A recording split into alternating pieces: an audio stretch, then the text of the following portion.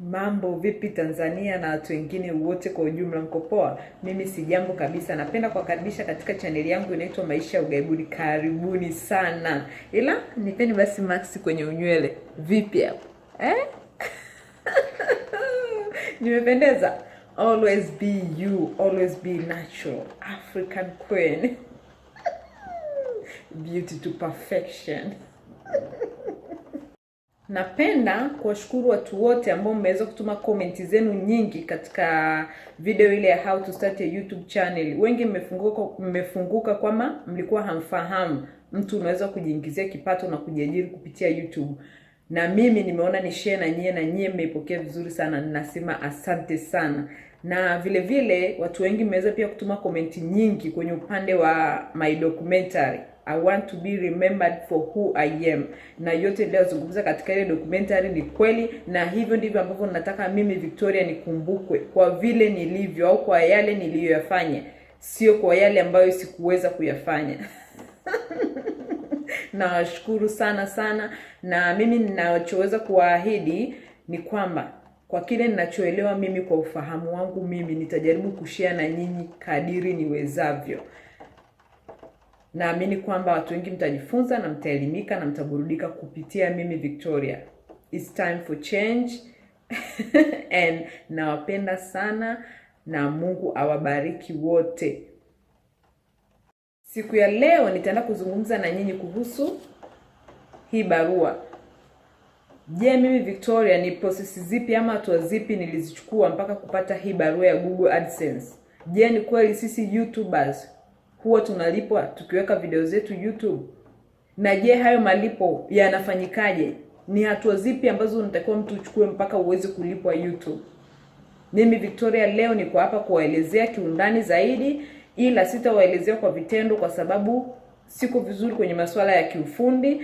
Na ukitaka kujua zaidi, hiyo ni homework kwako. Unaweza kwa Google, kuna video nyingi ambazo wazungu wameelezea na watakuonyesha hatua zote ambazo unatakiwa ufuate mpaka uweze kukamilisha kuwa na Google AdSense account. Na kwa kama unataka kujifunza personal na mimi, unaweza kunitafuta kwa muda wako private, ila huwa na charge. Private is not for free. Naomba muelewe hivyo. Ukija private nitakuelekeza kila kitu na utaweza kuwa na Google AdSense account, lakini ni lazima nikucharge amount fulani kwa shillings. Karibuni, tuendelee na video yetu. Kitu cha kwanza unachotakiwa kufanya kabla ya yote ni kuhakikisha una YouTube channel. Umeshafungua YouTube channel ambayo iko active. Na katika hiyo YouTube channel hakikisha step ya kwanza wewe umekuwa verified partner na YouTube. Maana ya verified partner, watakuwekea kitiki na wataandika wao verified partner baada ya wewe kumaliza process za kujiunga na wao. Na step ya pili ni kupublish video. Lakini usipublish video ambayo hauna haki miliki ama hati miliki ya kuitumia ile video. Ni lazima wewe uwe na hati miliki. Uweze ukatumia nyimbo ya msanii background wakati una record video zako, alafu hujamuomba yule msanii utumie nyimbo yake. Hiyo hairuhusiwi. You must have copyright to own the music or anything you are publishing on your video. Na step ya tatu ndio, ukisha publish ile video unatakiwa uimonetize. Kumonetize ni kuweka video yako katika hali ya kuruhusu matangazo kuingia katika video yako. Unaweza ukachagua labda katika hii video mimi napenda matangazo yawe mara 4 au mara 5. Kwa hiyo wao Google AdSense ukishawawekea kwenye ile video yako, ukishawamonetizea kwamba unataka matangazo yawe design fulani, ukiklik save, wao wenyewe wataplace ile sehemu ambayo wewe umechagua matangazo yawepo. Na step ya 4, unatakiwa ufungue Google AdSense account. Ina maana hiyo account yako ya Google AdSense iungane na YouTube account, ili yale matangazo yanapoingia katika YouTube, huku wewe unakuwa na record kwenye Google AdSense, YouTube hawatakulipa wao naenda kuelezea kwa nini wewe hautalipwa na YouTube, utalipwa na Google AdSense. YouTube huwa wanalipwa kutokana na advertise revenue, kifupi wanaita ad. Na advertise revenue wao wanawalipa YouTube. YouTube wanawalipa YouTubers. Hawa YouTubers kazi yao kubwa ambayo ndio kina sisi ni kuhakikisha kwamba tunapeleka views katika yale matangazo. Yaani hapo ni ngumu kidogo kuelezea. Ni kwamba mimi nikishaweka video yangu YouTube na click kwenye monetize na ruhusu matangazo yaingie katika video yangu. Aidha ni mwanzo wa video, mwisho wa video, katikati ama mara 5 kwenye video. Nikisha save hivyo, kwa hiyo pale yale matangazo nyinyi ambayo mnayaona kabla ya video kuanza au katikati, popote pale haijalishi.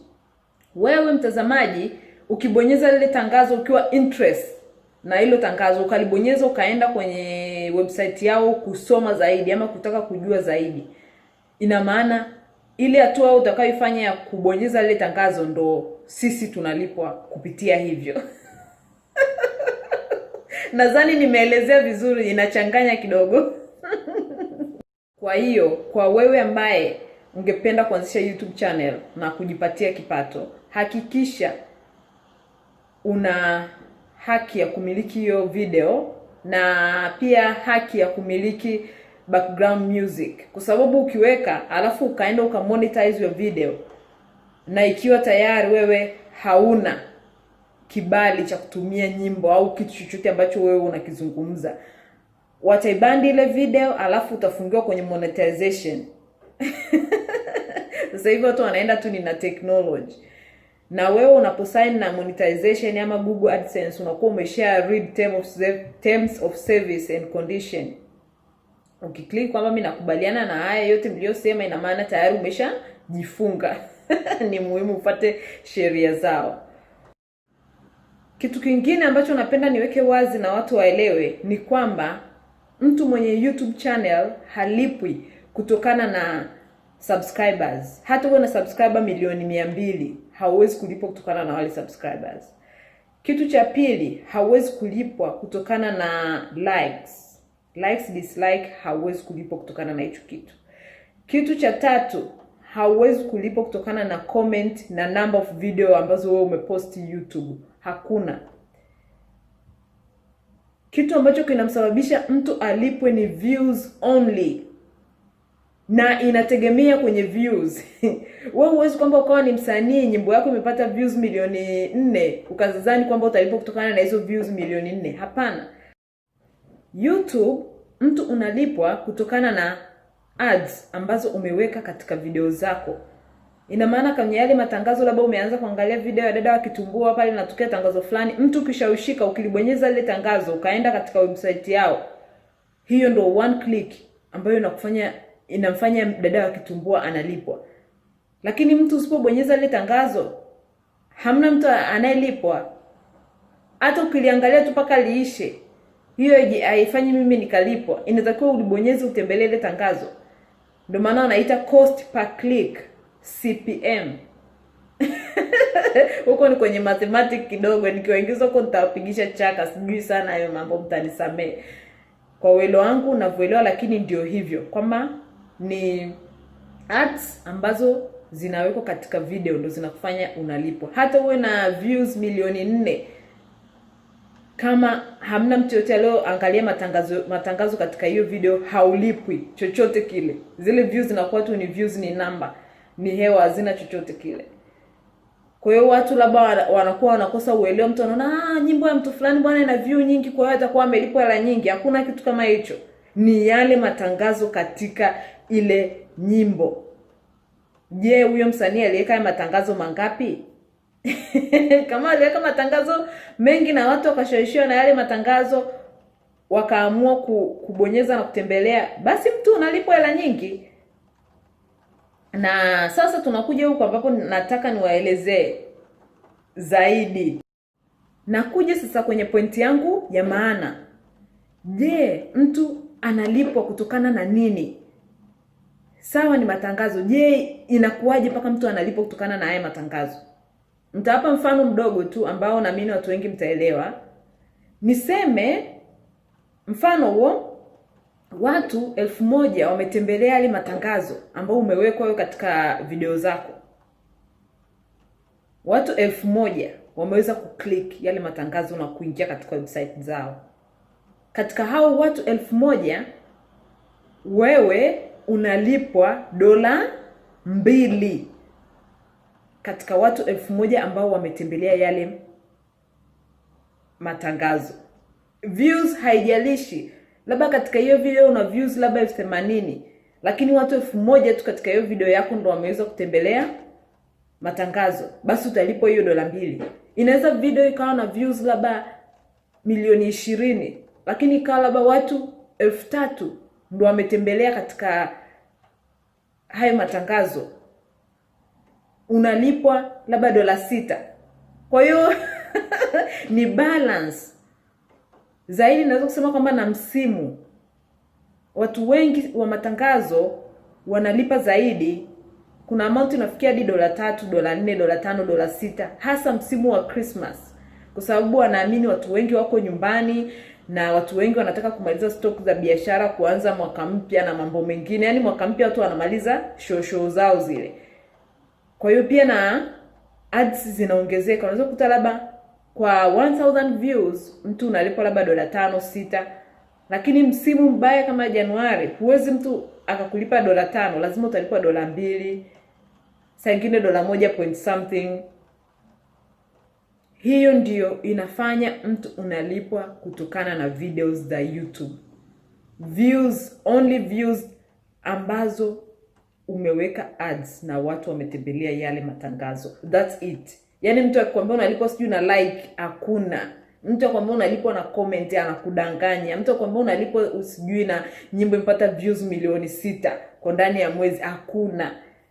Hizo ni namba tu na masuala ya nini ya kuwa maarufu, lakini it doesn't come to money.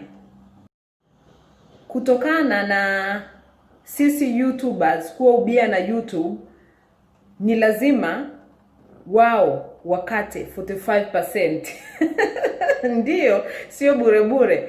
Hakuna kitu cha bure duniani.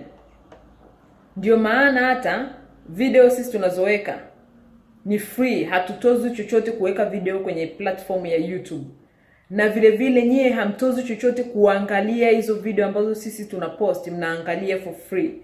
Lakini kitu ambacho kinatufanya sisi tunalipwa ni hayo matangazo. Na vile vile mimi YouTuber siwezi kumshawishi mdau wangu ama fans wangu aangalie yale matangazo. Ni wewe mwenyewe uvutiwe na lile tangazo uamue kulitembelea. Lakini pia hiyo ni ipo kabisa na kwenye makubaliano kwamba hauruhusiwi kushawishi watu kuangalia matangazo, ama wewe mwenyewe kutumia njia isiyo halali kuangalia matangazo. Tuseme mfano mimi niweke video yangu kwenye laptop alafu nifanye kama naangalia matangazo mwenyewe. YouTube wana notice, wana mitambo yao wana notice, na unaweza ukafungiwa ukabandiwa kwa kila chochote kile unachoposti kisiwe monetize. Just simple like that. Kwa hiyo ndiyo hatua ambayo inapelekea mtu kulipwa YouTube. Na imani nimeelezea vizuri na watu wengi mtaweza kuelewa kwa nini ama ni jinsi gani mtu anaweza kulipwa kutokana na YouTube videos. Mimi wakati naanza YouTube channel sikuwa nafahamu kama kuna kulipwa ama kuna kumonetize, kuna Google AdSense. Sikuwa nafahamu hayo yote. Na nilifungua YouTube channel yangu kwa passion, kwa kupenda kutoka ndani ya moyo wangu. Nilipenda kuelezea watu story yangu. Niliona it's a good time for me to share. Na pia vile vile nilipenda kuelimisha watu kuhusu maisha ya ugaibuni na masuala ya mapenzi. Na vile vile nilichukua muda kwa mimi kushtuka ama kugundua kwamba kumbe watu wanalipwa baada ya kuangalia baadhi ya video. Na mimi ndio nikaona let me try this. Shauri wangu mimi kwako wewe ambaye unataka kufungua YouTube channel, please usifungue YouTube channel kwa sababu dada Victoria amesema YouTube channel ni sehemu ya business, ni sehemu ya kuingiza kipato. Don't get me wrong. Ni kweli unalipwa, lakini it's a long process. Mimi nimefungua for passion. Na imenichukua mimi miezi 6 mpaka kupata hii barua. 6 good months. Channel yangu nimefungua mwezi wa 11. Tuseme mwezi wa 10 tarehe 26. Lakini mwezi wa 11 wote sikuwa najua chochote kuhusu monetize or anything. Mwezi wa 12 wote. Mwezi wa kwanza kidogo ndo nimeshtuka sasa baada ya kuangalia videos nini na kujifunza zaidi. Nikajua kumbe monetize video inakuwa hivi. Kwa hiyo unaweza nikapata at least amount fulani ya kuendelea kunipa mimi courage ya kutoa more videos na vitu kama hivyo. Kwa hiyo it take process. Nakumbuka mimi video yangu sana ambayo ilifanya watu wengi wakanitambua ni namba 5. Kwa hiyo kupitia namba 5 ndo nikaanza ile kufanya nini, kumonetize. Na nakumbuka siku ambayo niliambiwa tayari malipo yako yamekamilika. Maana yake pia kwenye Google AdSense hawawezi kukulipa mpaka utimize $100. Kwa hiyo ina maana hapo tayari umeshawafanyia YouTube kazi yao na wao umefanya kazi yako. Ina maana umeshafikisha $200, lakini YouTube wameshachukua percentage yao na wewe unabakia na percentage yako. Ndio maana huko kwenye Google Ad Revenue ukiangalia unakuta labda una $200, lakini ukija kwenye Google AdSense account yako unakuta una $100. Kwa hiyo ina maana wao washachukua chao. Nothing is for free. Yeah? Mmeelewa Na kingine unatakiwa uwe na subira. Kwa sababu ukisema kwamba hichi kitu kinalipa, mbona nimefanya mwezi wa 4 sasa hivi silipwi? Sijapata hata 1 cent. Mimi nakumbuka nilipoanza sasa kumonetize video, I was really curious. Siku ya kwanza imeingia senti 2. Namwambia Devi, "Oh my god, I made 2 cents." Akawa anacheka akasema, "When would you buy us a beer? Next year on Christmas?" Yani mwaka 2018 Christmas ndio utakuwa na uwezo wa kumnunulia bia kama kwa miezi 3 nimeingiza 2 cents. Unaona hiyo? Kwa hiyo kama inaenda, the more I make videos, the more I monetize, naona kidogo ile senti inapanda. Siku imefika $1. Yani I was feeling like I made something like 10k or what. Kwa sababu ni kile kitu ambacho unafanya kwa passion alafu unaona kinaanza kuzaa matunda. Ili build up, siku imefika $100. Sikuamini yani. Nikasema yani kupitia tu YouTube I made this much. Je, nikiweka effort, nikijitahidi kutengeneza video nzuri, nikijitahidi labda kwa wiki na posti mara 3, kwa sababu uwezo ukasema nasubiria kulipa una posti video mara 1 kwa wiki.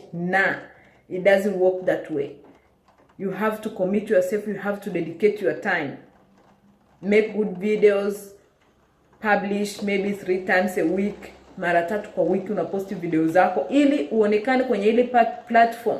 Ukiposti mara 1 kwa mwezi una disappear. Watu hata channel yako hawaioni pale wanapokuwa kwenye YouTube platform. Hauonekani kwa sababu people they're posting every day. Na kuna watu wamekuwa millionaires kwa YouTubers wao walioanza 2000 na ngapi up to now. They are millionaires kwa sababu they dedicate their time and effort. Hicho tu ndio kitakachokufanya wewe utabuild up a good YouTube channel. Kwa hiyo na mimi siku ambayo nakumbuka niliambiwa kwamba your payment is ready. Ilikuwa tarehe, I got here on my diary. Ilikuwa tarehe 11 Saturday. Nakumbuka. First paid check waiting for letter to deliver. Ukisha sasa fikisha hiyo $100, processes zinazotakiwa kufuata. Wanalipa kwa njia nyingi, either Western Union, through bank transfer,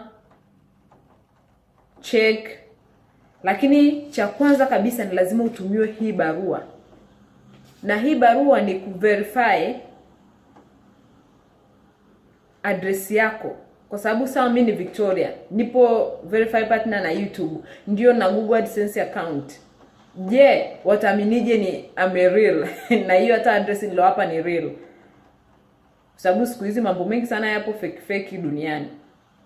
Kwa hiyo wanakutumia hii barua, na hii barua inakuwa na hizi pin number. Kwa hiyo hata hapa unaona your pin.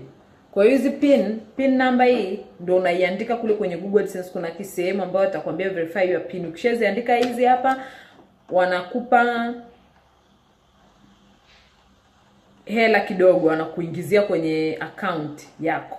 Ni process nayo tena, wanakuingizia labda $1.3 to verify your account, kama labda unataka ulipe kupitia account, yani direct to your bank account.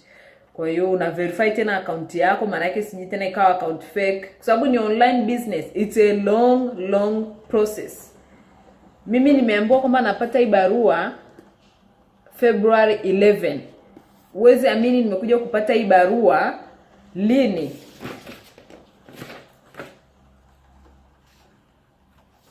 Yaani nimekuja kupata hii barua mwezi wa pili, ilikuwa mwezi wa 3 wa 4. Mwezi wa 5 ndo napata hii barua. Na sasa uzuri ukishapata hii barua kwenye verification huko kwenye Google AdSense ni it easy. Ukishaingiza pin, wanakutumia confirmation, tena wanakutumia uandike details zako za bank account. Ukishaandika, unatakiwa uwe na World Banking account, hizo namba, uwe sijui na namba gani nyingine tena. Then ndo wanakutumia hela kidogo kama $1. Unafanya nini? Yani kuhakikisha kama ile account ni yako. Sije wakaingiza labda hela nyingi afu account sio yako, ikala kwao na ikala kwako. Kwa hiyo ukisha verify your account, wanakupromise, wanakutumia email, kwa sababu Google AdSense wana work through email. Yani njia ya kucontact nao ni email sana. Kwa hiyo watakutumia email kama tutakutumia, ingizia pesa yako ndani ya siku 5. Na malipo huwa yanafanyika, it depend. Na mimi malipo yangu ya kwanza nimelipwa tarehe 2, nakumbuka ilikuwa ni Deland birthday. Ndio nimepata my first YouTube payment. Kwa kweli nilifurahi. Sio kusema kwamba sikufurahi, sio kama ni hela nyingi, lakini kwa amount ya mimi kwa kweli ni nyingi, kwa sababu ni hela ambayo nimeitengeneza mwenyewe kwa mikono yangu kwa muda mrefu sana. Toka niwe na Devi mimi sikuwahi kufanya kazi. Kwa hiyo to be able to earn this ni kitu ambacho ni hatua moja nzuri, na pia vile vile inataka moyo. Na mimi nilidedicate kwamba hela yangu ya mwanzo ambao nitapokea, nitampa mama yangu nusu na Devi nusu. Haijalishi ni kiasi gani, lakini nitatoa hiyo kama asante kwa watu wawili wa muhimu katika maisha yangu. Then nitaanza kubuild up again, kwa sababu it's a process. Mpaka upate hiyo $100 it's a long process. Na malipo huwa yanafanyika kila mwezi. Kama ukiweza ku-earn $100 ndani ya mwezi, wanakutumia kwenye account yako. Kwa hiyo it's simple as that yani. Lakini usianze kwa matarajio ya kulipwa. Unaweza ukakata tamaa na usiendelee kabisa. Wewe fanya hicho kitu kama vile unafanya for passion. Fanya kama vile you are doing it but you don't want anything in return. Then kadri unavyozidi kubuild your audience, mambo mengi yatatokea. Watu wengi wanaingia ubia na makampuni, wanakuwa wanaruhusu matangazo binafsi sasa nje ya YouTube kwenye channel zao. Na wanalipa, wanapata contract kubwa, madili makubwa. Kwa hiyo YouTube inakuwa ni kama ile tu a base, a foundation. Mambo mengine juu yanafuata. Kwa hiyo ni wapi tu rough idea how much I made. Ni chini ya $500 USD. Na mimi nililipwa kwa currency ya zloty, currency ya Poland. Na imagine kwamba I'm just doing it for fun. Je, nikiamua niweke serious as a business, na kweli napoteza muda. It's not just for fun, for nothing. Sometimes kuedit video inanichukua 3 to 4 hours, kufilm labda 2 hours. Let's say every day dedicate yourself 8 hours to YouTube. kama mimi ninavyofanya yani. Lazima uingie usome comment, reply, lazima uingie uangalie chat yako inaendaje, watu wanaingia kwenye YouTube channel yako wanaangalia video dakika ngapi, lazima uangalie watu wengi wanaoangalia video wanatokea wapi, ni rika gani. Kwa hiyo mimi yani ni vitu vingi sana vya kuangalia. Lakini still bado tunajifunza. Kwa hiyo pia ni ukijikita zaidi ni biashara na unaweza kujiajiri. Na hii hela ya YouTube unaweza ukasema tu I'm doing this for part time, I'm doing this for fun. Hiyo hela hata usiweke katika mawazo yako. Siku ya siku unakuja kuangalia kwa mwaka mtu unatengeneza labda $2,000. Ni kitu ambacho hakikuwa kwenye plani yako. Unaona hiyo? Kama mimi nimesema kwamba this month kwamba hela ambayo nitapata kweli nitampa Devi nusu na mamangu nusu, ipay Dylan school fees. Kweli ni kitu ambacho I'm proud. For first time nimemlipia mtoto wangu ada kutokana na kazi ya mikono yangu. Kwa hiyo it's a big potential kwa kweli. Na ni platform ambayo unajijengea jina, baadaye mambo mengi makubwa yanafuata. Lakini sasa kutokana na this is for free, nyie kuangalia YouTubers, my fans, kwenu nyie ni free. Lakini sasa pale kingine tuangalie, mtu akija private still anataka umfundishe. Kwangu mimi nikisema na charge muda wangu wa private, watu wanalaumu, dada fanya free. Sasa mimi unakuja private nikusaidie nikufundishe jinsi ya kujisafisha, nikufundishe jinsi ya kumridhisha mume wako. Still unataka mimi nikufanyie hivyo kwa free jamani? Ukienda hospitali unalipa hela ya faili, hela ya kumuona dokta, hela ya vipimo, hela ya dawa.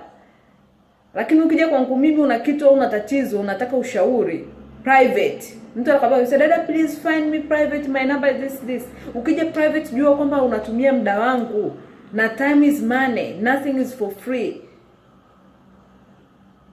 Kwa hiyo na ule muda nikikwambia ulipia at least kiasi fulani uwe tayari kulipa. So nikikwambia ulipia unaingia mitini, unaona huyu dada bwana ameshageuza hii business. Kuna muda mambo yanatakiwa yafanyike. I'm planning to publish my book. I'm planning to do so much. Hata basi nikiwa na 3 nikimwomba mzungu niongezee 2 nimalize kitabu changu, kwa sababu I want to do if is a book, nataka kitabu kiwe kinaeleweka. Kitabu kisomwe na watu wote. Kwa hiyo nyinyi mnanipa moyo, nyinyi kija kwenye terms of nikianzisha kitu, nikiwaambia kuja private ni kulipa, kufungua group WhatsApp, mtatakiwa mlipe kiingilio, entry fee, watu wanaanza maneno na story nyingi. Does it work that way? Either take it or leave it. That is my message. Kwa hiyo naombeeni, and from now on mtu ukitaka kuja private kuwasiliana na mimi, private person unataka kuongea na mimi direct kuhusu haya mambo yanayoelezea YouTube, mimi nitakuchaji. If you are ready, okay. If you are not ready, okay. Nothing to lose. Otherwise, nawapenda sana wote na niwatakie siku njema. Hii barua hii kupata sio kazi ndogo, ni kazi sana. Mimi nakumbuka nilituma maombi kwa ajili ya kupata hii barua ambayo ndio ina pin ndani. Hii pin unaiverify kwenye your Google AdSense account ili wao waanze process za kutumia hela. Mara ya kwanza nilituma, kwa sababu ukituma maombi ya request for pin unatakiwa usubirie wiki 6. Nimesubiria wiki 6 haijaja. Kwa sababu waliniambia niko tayari kwa malipo tarehe 11 mwezi wa pili. Kwa hiyo wiki 6 haijaja. Nikatuma tena barua ya pili kuomba yani, nayo haijaja baada ya wiki 6. Nikatuma tena barua ya 3. Barua ya 3 ndio hii kanifikia hii. Hii hapa. Kwa hiyo hata pamoja na hayo yote kusubiria na nini, nikawa nishaanza kukata tamaa kwamba labda hata hailipi, hizo zote tu ni fix. Yaani fix and fiction. Unajua hizo. Lakini hata paka barua siku inakuja mimi nishakata tamaa, lakini still nilikuwa naendelea kufanya video zangu. I'm happy as always kwa sababu I do it for fun. Na ilipokuja pia lakini nilishukuru. Maana pesa sabuni ya roho, sikwambie mtu. Nilifurahi sana kuipata hii barua. Kwa hiyo it's a long process. Kwa wale unaoanza, nadhani hii video itawasaidia sana kufuata hizi process. Ukija jamani private, mshiko. nitakuelekeza kila kitu, nitatumia muda wangu, utakuwa na laptop yako, nitakuelekeza, but I will charge you.